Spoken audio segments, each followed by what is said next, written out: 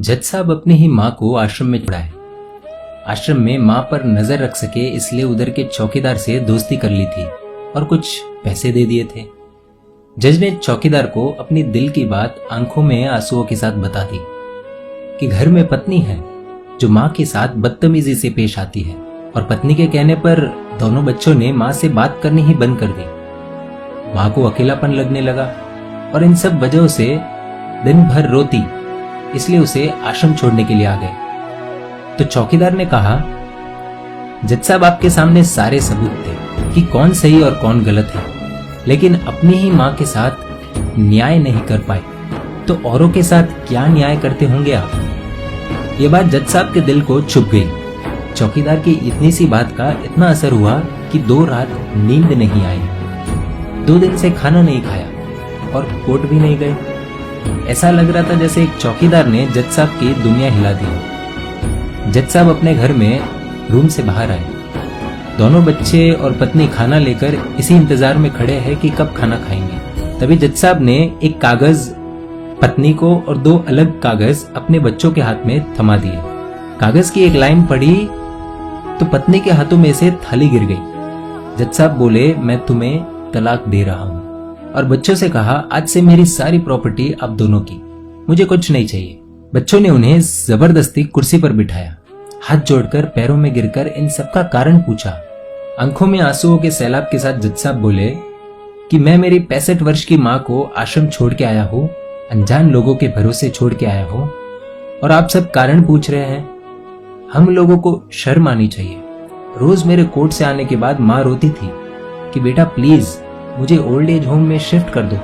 आप में से किसी ने भी माँ से सीधे मुंह बात नहीं की और ये भी भूल गए कि जिस जज को आज पूरा शहर सलाम करता है, उसी जज को बनाने में उस माँ का कितना बड़ा रोल है। कभी दूसरों के घरों में काम करने जाती तब भी मुझे अकेला न छोड़ती। ऐसी भगवान समान माँ को मैंने आश्रम में छोड़ दिया, और वो भी ऐसे लोगों के भरोसे जिन्हें ये तक नहीं पता कि माँ को क्या बीमारियां है। खुद को कोसते हुए जज साहब कहते हैं, दूसरों पर फैसले सुनाने वाला आज मैं खुद हार गया। मैं जज नहीं बल्कि गुनाहगार हूँ, और मैंने जो गुनाह किया है वो शायद कानून तो माफ कर देगा, लेकिन ईश्वर के कोर्ट में वो कभी माफ नहीं होगा। ये कहते हुए जज साहब बोले कि अब मैं अपने पापों का प्रायश्चित करने जा रहा हूँ। मैंने अपना सब कुछ आप लोगों को सौंप दिया है और अब अपनी माँ के साथ आश्रम में रहूंगा और उनकी सेवा करूंगा। पत्नी से जज साहब ने कहा कि याद रखना, आज तुमने उस माँ को आश्रम भिजवाया, तुम भी एक माँ हो, कल तुम्हें भी कोई आश्रम भेजेगी, तब तुम्हें मेरे इन शब्दों का अर्थ सही मायने में समझ आएगा। ये बोलकर जज साहब निकल लिए अपनी माँ के पास। आधी रात को चौकीदार भी जज साहब को देखते हुए चौंक गया। अंदर देखा तो माँ सो रही थी। करीब जाकर देखा तो पूरे परिवार की तस्वीर से लिपट कर रोते हुए माँ सो गई थी। आश्रम का प्रशासन भी जाग गया, क्योंकि पीछे पीछे माँ और बच्चे भी आ गए। उन्हें ये एहसास हो गया कि उन्होंने क्या पाप किया है।